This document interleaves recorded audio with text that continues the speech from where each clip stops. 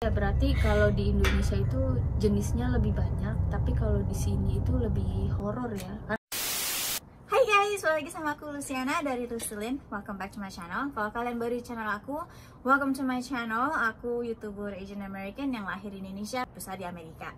Di video kali ini aku ngundang balik teman aku Septi yang YouTuber juga. Kalau kalian belum check out channelnya, kalian mesti check out. Dan kalau kalian belum check out video collab kita sebelumnya, kalian mesti cek kan, aku taruh di atas sini. Hai, aku Septi. Dan di video kali ini kita mau ngomongin tentang setan-setan Amerika dibandingin sama setan-setan Indonesia. Di Amerika itu kepercayaan pakai kepercayaan Kristen ya. Kalau orang meninggal, spiritnya itu belum tentu langsung masuk surga atau neraka gitu.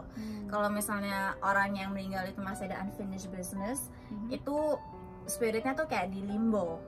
Jadi di limbo itu artinya tuh di tengah-tengah gitu, kayak sebenarnya masih di dalam dunia dan dia tuh masih merasakan perasaan-perasaan yang negatif. Soalnya kalau orang Kristen itu kepercayaannya kalau udah meninggal dan terus langsung masuk surga, itu tuh perasaannya tuh happy, pokoknya positif semua, gak ada perasaan negatifnya. Tapi kalau masih di limbo, itu masih ada rasa sedih, masih ada rasa senang, pokoknya ada kayak rasa gak enak, Nggak ikhlas, belum rela kalau dia itu udah metong. Iya, udah metong. Kalau di Indonesia kayak kepercayaannya gimana? Aku pernah dengar kayak kalau misalnya orang meninggal itu sebenarnya spiritnya langsung udah nggak di dunia lagi, langsung keluar dari dunia. Itu benar nggak? Sebenarnya kalau di Indonesia itu kalau di kepercayaan aku itu kalau kita udah meninggal berarti ya sudah, kita udah nggak ada lagi urusan di dunia gitu. Terus gimana kepercayaan itu translate into kayak tipe-tipe setan yang ada di Indonesia? Karena aku dengar kalau di Indonesia, kalau misalnya dari cerita-cerita hantu atau whatever di orang-orang indigo, kalau misalnya kita ngeliat setan orang yang sudah meninggal, itu katanya itu bukan benar-benar spiritnya orang itu, tapi lebih ke jin yang merasuki menjelma jadi orang yang sudah meninggal. Aku sih yang aku dengar sih memang begitu, orang yang meninggal itu udah nggak bisa hidup dan itu jelmaannya katanya sih jin, bukan manusia. I guess itu perbedaan, salah satu perbedaannya ya setan di Indonesia sama setan di Kalau Amerika. kayak falak, falak itu setan apa sih? Kalau falak itu lebih ke demon. Oh ya, itu tipe kedua setan Amerika ya. Selain ghost, spirit of dead people, itu demon. Jadi kalau demon itu kalau di Alkitab Kristen, pertama-tama tuh dia namanya Lucifer. Lucifer itu sebenarnya tadi malaikat. Tapi itu salah satu dia melakukan kesalahan atau gimana gitu, akhirnya kayak basically diturunin lah gitu ya, turunin posisinya dan dia jadi demon, jadi devil gitu. Anak-anaknya Lucifer itu juga devil gitu, dan ngikutin Lucifer itu juga termasuk demon. Dan terus makanya kalau falak menurut aku sih itu termasuk demon.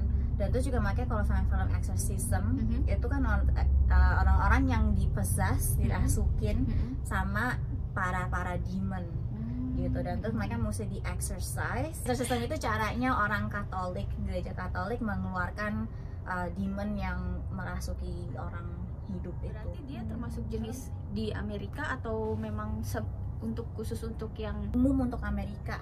Karena Amerika kan memang kebanyakan agamanya kan Nasrani.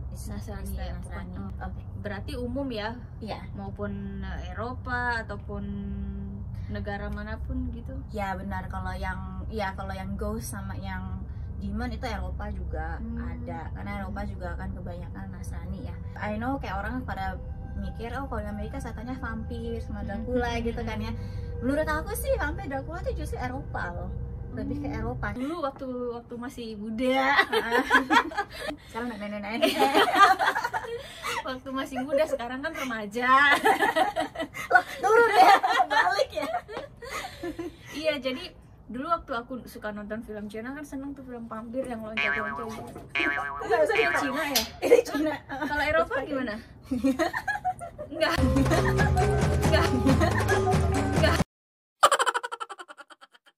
Kalau Eropa vampirnya Draculanya tuh lebih nge-seduce korbannya ya, ngerayu korbannya supaya itu, supaya melakukan itu.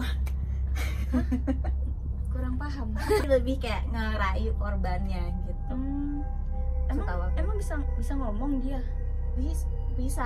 Oh, oke. Kalau vampir Cina kan nggak ngomong. Iya, vampir Cina kayak lebih kayak ke zombie gitu ya. Vampir Cina kan kalau vampir di Eropa atau Dracula itu mereka bisa ngomong, bisa gerakannya kayak orang biasa. By the way, ini yang aku nonton dari film-film ya, aku juga nggak berteman sama Korban film kita ini. Soalnya kan di Cina itu vampirnya diem-diem atau nyakar. Iya, kalau di Cina atau enggak gigit kalau nggak salah ya. Oh iya, nyakar sama gigit. Kalau nyakar berarti dia kena virusnya gitu. Iya nggak sih? Itu kayak dari film Amerika ya.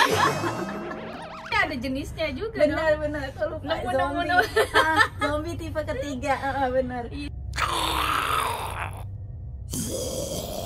Tapi kalau vampir Eropa ada yang aku lihat dari film-film, mereka seperti orang biasa, cuma takut sama cahaya matahari. Sama vampir Cina juga ya.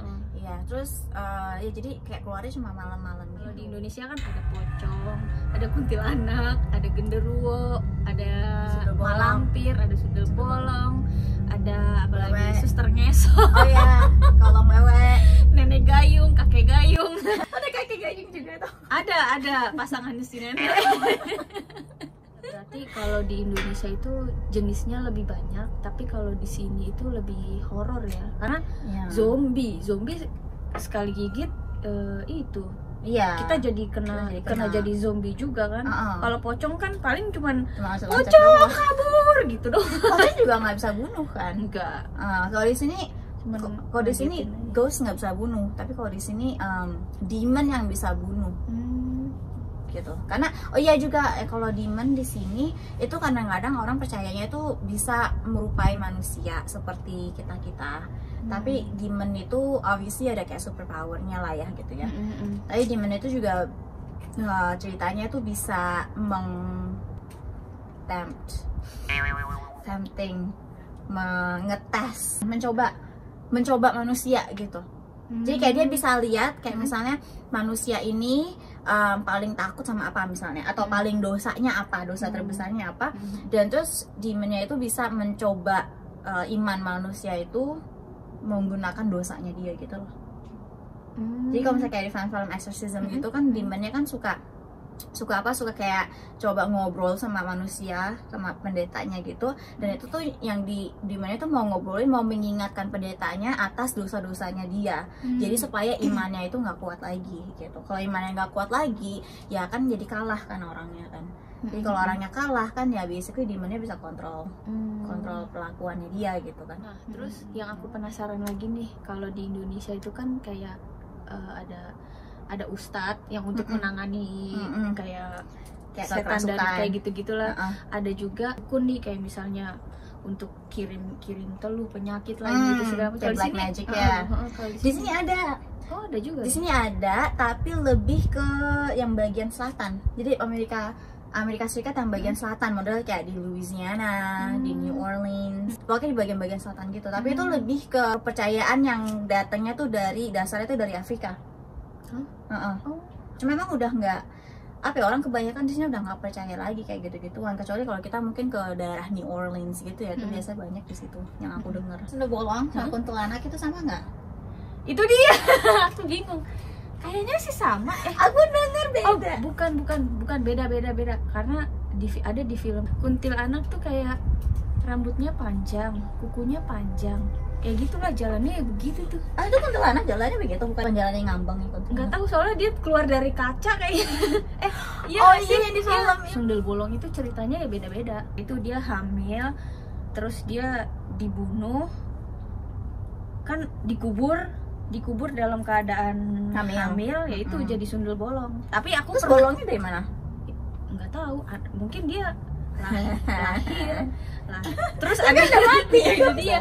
Terus ada juga yang dulu waktu aku masih kecil lah, suka nonton horor gitu kan, dia lagi hamil, terus dia kayaknya diguna-guna sama orang jahatnya, dukun kayak gitu, ininya jadi ke belakang. Hamilnya pindah ke belakang, meninggal. Jadi pokoknya yang dia hamil di depan terus pindah ke belakang karena diguna-guna, terus dia mati atau meninggal atau apalah gitu, dikubur dia jadi sundel bolong karena lahirnya dari belakang. Jadi lahirnya abis dia mati gitu? Iya, dia udah mati duluan. Tapi masih lahir? Belum lahir. Oh, oke. Nggak tahu deh. Lupa lagi. Pokoknya gitulah, pokoknya dia lagi hamil, diguna-guna sama dukun, jadi muter ke belakang. Itulah jadilah sundel bolong itu. Cuman ya itu ceritanya beda-beda sih, tergantung film. Aku pernah nonton film tentang sundel bolong yang dia emang aku lupa dia lagi hamil atau enggak. Kayaknya lagi hamil. Tapi itu Sasu dia dibunuh, kayak didorong dari lantai atas rumahnya gitu, jatuh kan ke bawah. Nah pas dia jatuh itu tuh dia belakangnya nusuk sesuatu yang tajam, jadi tusukan tajam itu kayak tembus dari belakang ke depan gitu, jadinya makanya bolong, sundel bolongnya gitu. Papanya om aku pernah ketemu sundel bolong di Madura, kan mereka tinggal di desa. Bener-bener sundel bolong katanya. Karena dia lihat dia papasan sama cewek dari depan nggak kelihatan, emang ceweknya cantik, rambutnya panjang banget gitu, rambutnya kan semua ke depan jadi nggak kelihatan kan bolong di depannya. Cuma pas papasan dia lihat ke belakang, papahnya om aku lihat kayak balik, lihat muter balik gitu, belakangnya bolong. Nggak tahu. Tapi dia ngerasa kaget, takut atau gimana nggak? Karena papanya om aku sih merasa sudah bolong, oke. Sundel bolong. Mungkin karena